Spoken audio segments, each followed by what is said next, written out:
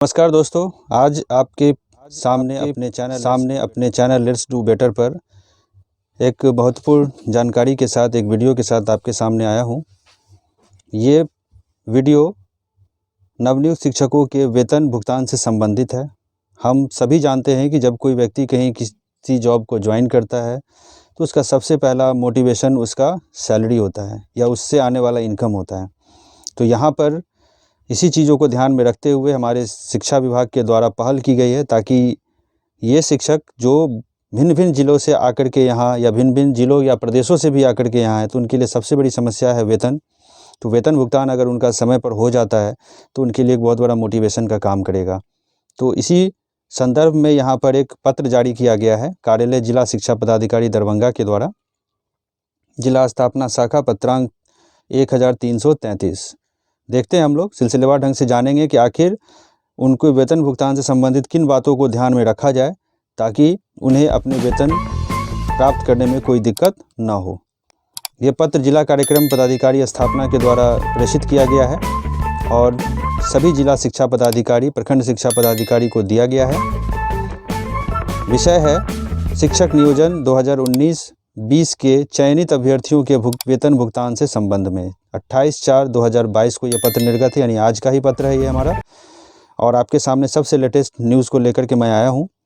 प्रसंग है निदेशक प्राथमिक शिक्षा बिहार पटना के पत्रांक 470 दिनांक 23/4/2022।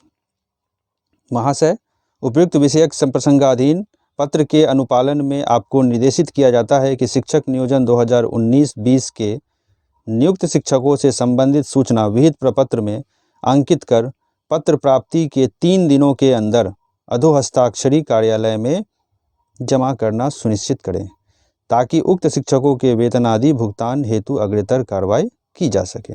इसे अत्यावश्यक समझें। ये जो पत्र है आपका 3 पन्नों में है, जिसमें कुछ बातों को ध्यान में रखते हुए स्टेप बाय स्टेप मैं आपको इस वीडियो में बताने का कोशिश करूँगा। आइए अगले इसी पत्र में आगे की तरफ हम देख रहे हैं। जो पहला है आपका नवनियुक्त शिक्षकों का पदस्थापना विवरणी, मतलब ये जो आपको वेतन से संबंधित जानकारी देनी है उसके साथ साथ ये लगाना है आपको, जिसमें ये फॉर्मेट है।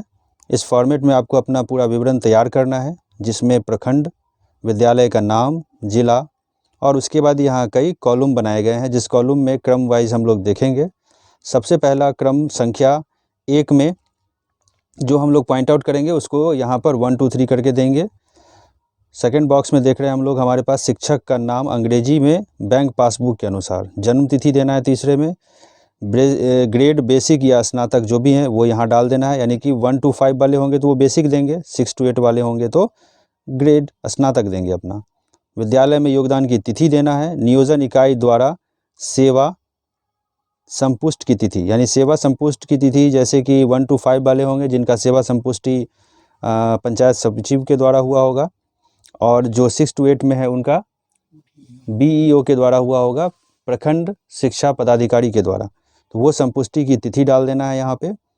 संपुष्टि का मतलब जब वो ज्वाइन किए होंगे तो ज्वाइन करने के बाद विद्यालय के हेडमास्टर के द्वारा संबंधित क्षेत्र के शिक्षा पदाधिकारी या संबंधित पंचायत के पंचायत सचिव को ये सूचना देनी थी कि ये अमुक व्यक्ति ज्वाइन किए हैं, और इनको वो संपुष्ट करते कि हाँ ये व्यक्ति की जो योगदान है उसको हमने स्वीकार किया है। इस तरह का पत्र होगा, तिथि होगा जिसको यहाँ पे डालना है। नियोजन इकाई का नाम पंचायत या प्रखंड जो भी है, आईएफएससी कोड जिसमें उनका खाता है उस बैंक का आईएफएससी कोड, और एसबीआई खाता संख्या डाल देना है यहाँ पर 9वें नंबर में। 8वें में आईएफएससी कोड, 9वें में एसबीआई खाता संख्या, 7वें में नियोजन इकाई का नाम, 10वें नंबर में देख रहे हैं पैन कार्ड की संख्या। अगर आपका पैन कार्ड है आपके पास, पैन कार्ड तो अब मस्ट ही है, इसलिए पैन कार्ड यहाँ आपको डालना है क्योंकि पैन कार्ड की ज़रूरत आगे आपको ईपीएफओ में भी ज़रूरत पड़ेगी। आधार कार्ड का संख्या यहाँ डाल देना है 11वें नंबर में। आधार कार्ड के अनुसार जो नाम है उसको 12वें नंबर में, आधार कार्ड के अनुसार जन्म तिथि 13वें नंबर में, और मोबाइल नंबर 14वें नंबर में। इस तरीके से आपको ये प्रपत्र भर लेना है। भरने के बाद यहाँ एक नोट है जिसको ध्यान से देखेंगे। सभी विद्यालय के प्रधान से अनुरोध है कि माह मार्च 2022 के अनुपस्थिति विवरणी के साथ अपने अपने विद्यालय के नवनियोजित शिक्षकों से संबंधित उपरोक्त विहित प्रपत्र में सभी आवश्यक सूचनाएं एवं चयनोपरांत उनके द्वारा विद्यालय में योगदान हेतु संबंधित नियोजन इकाई से सत्यापित कराए गए नियोजन पत्र की छाया प्रति अवश्य संलग्न करें। यानी संपुष्टि का जो पत्र है वही हुआ, उसी का छाया पत्र भी लगा देना है आपको।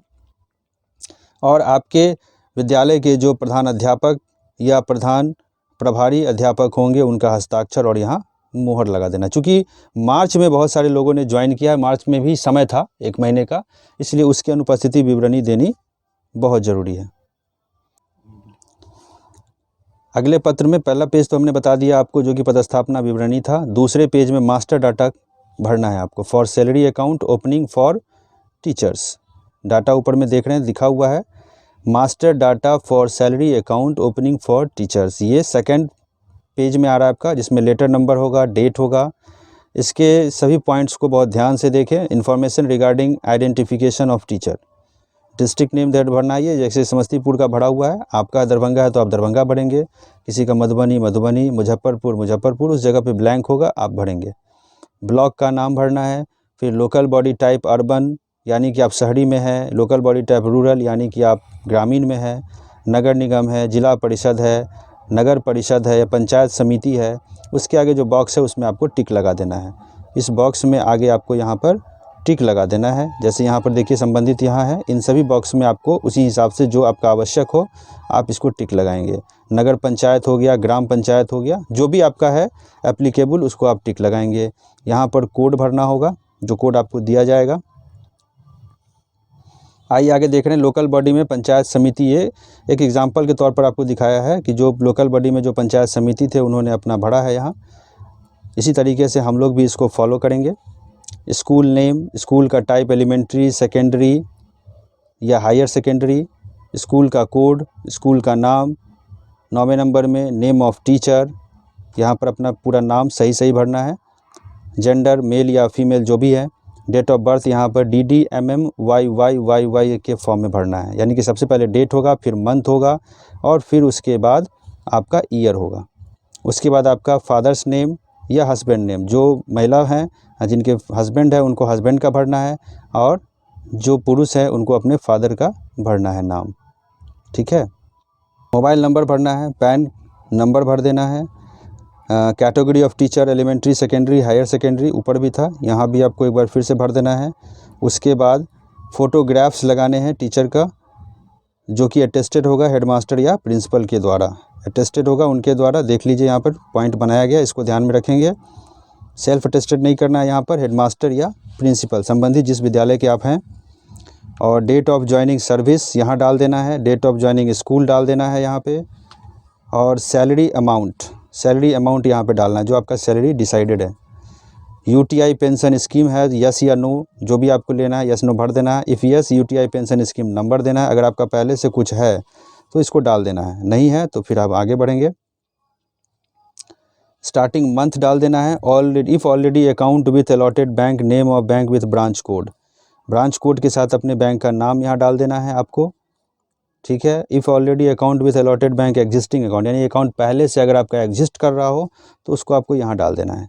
क्योंकि बहुत सारे ऐसे भी होंगे जो शिक्षक पहले से शिक्षक थे और आज वो दूसरे स्नातक ग्रेड में आ गए हैं, तो वहाँ पर तो उनका एग्जिस्टिंग होगा, इसीलिए उनको एग्जिस्टिंग करके डालना होगा। एड्रेस डिटेल यहाँ पर डालना है, जिसमें कि address of school, permanent address अपना देना है और लास्टली यहाँ पर टीचर का सिग्नेचर डाल दीजिए। एक नोट हमेशा ध्यान देना है हर जगह। 1 copy of the photograph pasted above should be attached with this form. इसी फॉर्म को पूरा भरने के बाद इसका एक लगा देना है आपको फ़ोटोस्टेट कॉपी। ठीक है।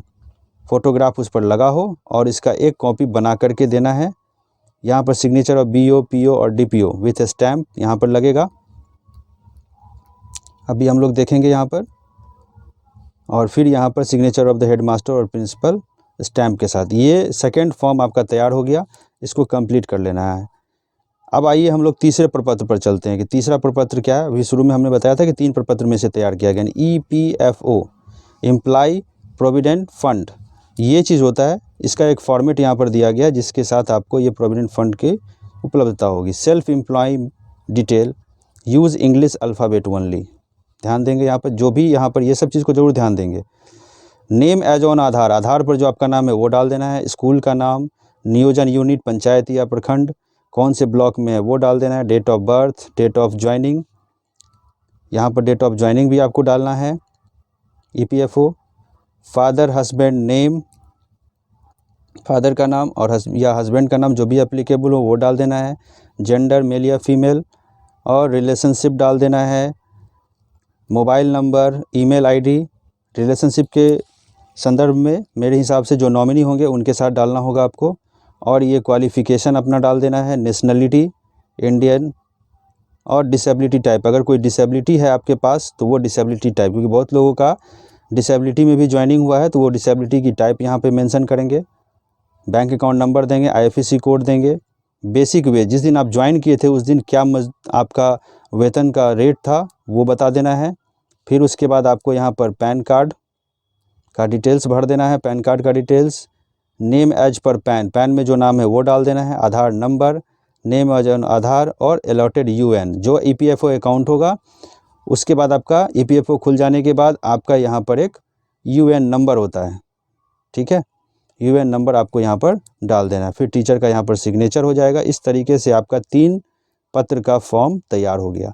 ये 3 पत्र में दिया गया है, इस तीनों पत्र को आपको तैयार कर लेना है, ये सबसे महत्वपूर्ण है। इन्हीं के आधार पर आपका वेतन प्रारंभ होगा और आपके खाता में आपका वेतन आएगा ससमय। इसीलिए इन तीनों फॉर्म को आप बारी बारी से फिर देखें और बार बार इस वीडियो को देखें, जिससे कि आपको अगर कहीं कन्फ्यूजन लगे तो उस चीज़ को आप यहाँ पर सही रूप में भरें। अगर कोई दिक्कत है तो आप हमारे कमेंट बॉक्स में आप कमेंट करें, फिर से हम उस पर फिर से आपको इस चीज़ की जानकारी देंगे। तो दोस्तों, इन्हीं शब्दों के साथ मैं यहाँ से विदा लेना चाहूँगा और आपके वेतन आने के लिए आपकी शुभकामनाएं देना चाहूँगा और आपका भविष्य उज्जवल हो। हमारे चैनल को लाइक और सब्सक्राइब जरूर करें ताकि इसी तरीके से और भी महत्वपूर्ण वीडियो आपके सामने मैं लेके आता रहूँ। धन्यवाद।